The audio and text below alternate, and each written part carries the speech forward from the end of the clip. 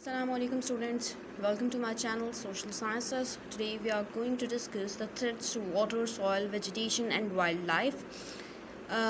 ख़तरात आप पानी को, मट्टी को, वाइल्ड लाइफ को और वेजिटेशन को क्या क्या ख़तरात लाहक हैं उन चीज़ों के ऊपर हम बात करेंगे। सबसे पहले पानी के पढ़ लेते हैं कि पानी को क्या क्या किन किन ख़तरात से हम बचा सकते हैं और किस किस्म के इम्प्लीमेंटेशन प्रोसेसेस के साथ हम इसको सेव आउट कर सकते हैं।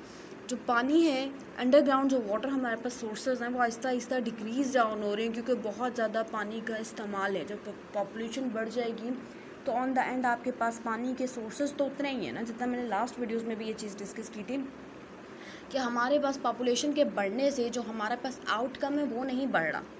हमारे पास आउटकम चंद लोगों के लिए और पॉपुलेशन डबल ट्रिपल हो गई है, तो उसकी वजह से आपको बहुत सारे आउटकम्स फेस करने पड़ते हैं। जिनमें पहला आउटकम आपके पास पानी का अनअवेलेबिलिटी है, पानी डिक्रीज डाउन हो रहा है, जिससे पानी फ्यूचर में इन शॉर्ट कम होता जाएगा अगर हम इसी तरीके से इसको सेव आउट नहीं करेंगे या फिर न्यू स्ट्रैटेजीज़ नहीं बनाएंगे कि हम पानी को कैसे सेव कर सकते हैं। ट्रेडिशनल बहुत पुराने ओल्ड मेथड्स इस्तेमाल हो रहे हैं कल्टीवेशन के लिए, यानी कि न्यू टेक्नोलॉजीज़, न्यू जो स्कैम्स हैं वो इस्तेमाल नहीं हो रहे। वही पुराने मेथड्स के थ्रू पानी को इस्तेमाल किया जा रहा है और लैंड को कल्टीवेट किया जा रहा है, जिसमें ज़्यादातर पानी आपका वेस्ट डाउन हो जाता है, पानी यूटिलाइज नहीं हो पाता। न्यू वाटर रिजर्वर्स नहीं बनाए जा रहे, डैम्स नहीं कंस्ट्रक्ट हो रहे, जिसकी वजह से अगर डैम्स कंस्ट्रक्ट हो जाते हैं तो आपके पास पानी का एक रिजर्वर मौजूद होता है जिसमें पानी जो है वो सेव हो सकता है, इन फ्यूचर आप उसे यूज़ कर सकते हो। लेकिन यहाँ अगर डैम्स ही कंस्ट्रक्ट नहीं होंगे तो हमारे पास जो पानी है वो वेस्ट हो रहा है और हम उस पानी को सेव नहीं कर पा रहे। कोई भी हमारे पास ऐसा कोई रिजर्वर नहीं है जहाँ पे हम पानी को सेव कर सकें। जब हम लैंड को इरिगेट करते हैं यानी कि उसको पानी देते हैं तो एक ह्यूज अमाउंट में, एक बहुत बड़ी तादाद में पानी जो है वो वेस्ट हो जाता है, क्योंकि हम पुराने तरीक़ेकार इस्तेमाल कर रहे हैं जिससे पानी जो है वो पहुँचते पहुँचते ही लैंड तक आधे से ज़्यादा वेस्ट हो चुका होता है। और पुराने मेथड यूज़ करने के साथ साथ ये भी है कि जिन रूट्स पे से वो पानी गुजर रहा होता है वो सीमेंटेड भी नहीं होते, सो वो मट्टी होती है, तो मट्टी जो है वो पानी में डिज़ोल्व होना शुरू हो जाती है। जब वो लैंड तक, उस कल्टीवेटेड लैंड तक पहुंचती है तो वो अपने सेडिमेंट्स मट्टी में ले आती है, जिसकी वजह से वो जो लैंड है वो भी पोल्यूट हो रहा है। तो कोई प्रॉपर सिस्टम नहीं है वाटर की स्टोरेज का, जैसे हम ऊपर डिस्कस कर चुके हैं। कोई डैम्स, कोई ऐसे ज़राए नहीं है जिनमें पानी को बचाया जा सके, और एक ह्यूज अमाउंट में जो है वो वेस्ट वाटर जो है वो हमारे पास समंदरों में गिरता है और हमारे पास कोई ख़ास रिजर्वर नहीं है कि हम उसको सेव कर सकें, अपने फ्यूचर प्रॉस्पेक्ट के लिए इस्तेमाल कर सकें। सेकेंड चीज़ आती है सॉइल। पॉपुलेशन कंट्री के जैसे जैसे बढ़ रही है हमारे पास कल्टीवेटेड लैंड उसी तरीके से कम होता जा रहा है। बात वही है कि हमारे पास पॉपुलेशन का रेट डबल हो रहा है, ट्रिपल हो रहा है, लेकिन हमारे पास जो सोर्सेज हैं, जो आउटकम्स हैं, जिन्होंने आपको रिज़ल्ट देना, वो आउटकम्स उतने ही हैं, हम उनके लिए काम नहीं कर रहे, तो जिसकी वजह से हमें बहुत सारी चीज़ें फेस करनी पड़ रही हैं। सैलिनिटी और वाटर लॉजिंग, पानी में नमकियात कम होते जा रहे हैं और पानी की जो एबिलिटी है वो ख़त्म होती जा रही है, और जिसकी वजह से आपका लैंड वैसे ही बैरन होता जा रहा है क्योंकि आप उसको फर्टिलाइज़र्स नहीं प्रोवाइड कर रहे हो। पुराने तरीक़ेकार इस्तेमाल किए जा रहे हैं जिनकी वजह से जो न्यू क्रॉप्स हैं उनको ग्रो नहीं किया जा रहा, और एक पुराना मेथड है तो ऑब्वियसली बात है वो टाइम टेकिंग प्रोसेस होगा। जब हम न्यू टेक्नोलॉजीज़, न्यू स्कैम्स की बात करते हैं तो हमारे पास नई टेक्नोलॉजीज़ के साथ साथ बड़ी न्यू एडवांसमेंट्स आ जाती हैं, हमारी लाइफ बहुत ईजी हो जाती है। लेकिन जब हम पुराने मेथड्स यूज़ करेंगे तो ऑब्वियसली बात है वो बड़ा टाइम टेकिंग प्रोसेस होगा।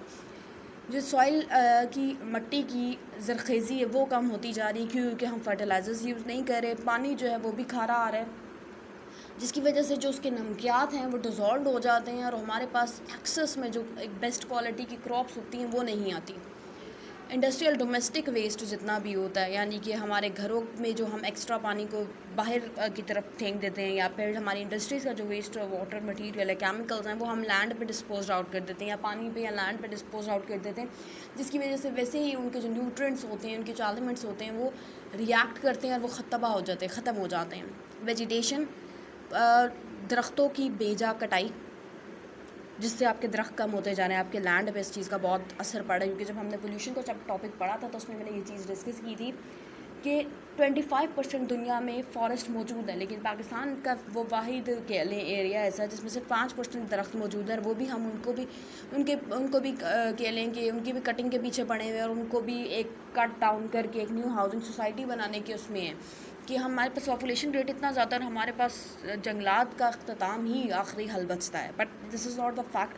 हमें और भी स्कैम्स और भी टेक्नोलॉजी और भी स्ट्रैटेजीज़ को यूटिलाइज़ करना चाहिए, जिसके बाद हम न्यू चीज़ों को एडवांसमेंट के तौर पर इस्तेमाल कर सकें और नए जो कह लें हाउसिंग सोसाइटीज़ हैं, न्यू हाउसिंग स्कीम्स हैं, ऑल्दो वो बनाएं, लेकिन अगर हमें उनका एंड यही है कि हमें जंगलात को ख़त्म करके ही उन्हें बनाना है, तो कोशिश करनी चाहिए कि हम अपनी पोल्यूशन को, अपनी इन्वायरमेंट को पोल्यूट ना करें, मज़ीद अपने लिए जो है वो डिसएडवांटेजेस यानी कि हार्मफुल जो गैसेस हैं वो ना प्रोड्यूस करें, हमारी सेहत जो है, हमारा सर्वाइवल जो है वो पॉसिबल रह सके। सलाइन वाटर लॉजिंग बढ़ती जा रही है, फॉरेस्ट नहीं होंगे। मैंने पहले बात की थी जब सैलिनिटी का टॉपिक पढ़ा था, तो कि जो जड़ें होती हैं वो उसमें से नमकियात को अब्जॉर्ब कर लेती हैं। जब जंगलात ही नहीं होंगे, दरख्त ही नहीं होंगे, तो ऑब्वियस सी बात है कि लैंड में वो नमकियात और वो रिजर्वर्स मौजूद हैं। डिजीज़ दरख्तों में बीमारियाँ, जिसकी वजह से दरख्त जो पूरे के पूरे तबाह हो रहे हैं, या फिर दरख्तों को, जंगलात को आग लगा देना, जिसकी वजह से पूरे का पूरा जंगल ही आपके सामने नहीं विजुलाइज होता, वो ही ख़त्म हो जाता है। वाइल्ड लाइफ, जंगलात ही नहीं होंगे तो वाइल्ड लाइफ का तो आपको कंसेप्ट ही नहीं होगा। इनलीगल हंटिंग, ज़्यादा से ज़्यादा जानवरों को हंट करना, शिकार करना, उनकी स्पीशीज़ को डेंजर्ड में ले आना। रैपिडली डिप्लीट हो रहा है वाटर रिसोर्सेज, यानी कि पानी के रिसोर्सेज नहीं है, तो वाइल्ड लाइफ जो है वो भी इफेक्ट हो रही है। जंगलात नहीं होंगे तो वो रहेंगे कहाँ, और अगर पानी नहीं होगा तो वो खाएंगे पिएंगे कहाँ से। फॉरेस्ट को हम कट डाउन कर रहे हैं, तो जितने भी हमारे पास उनकी जो घर हैं उनको हम तबाह कर रहे हैं, तो हाउ कुड वी थिंक कि वो लोग सर्वाइव कर सकते हैं।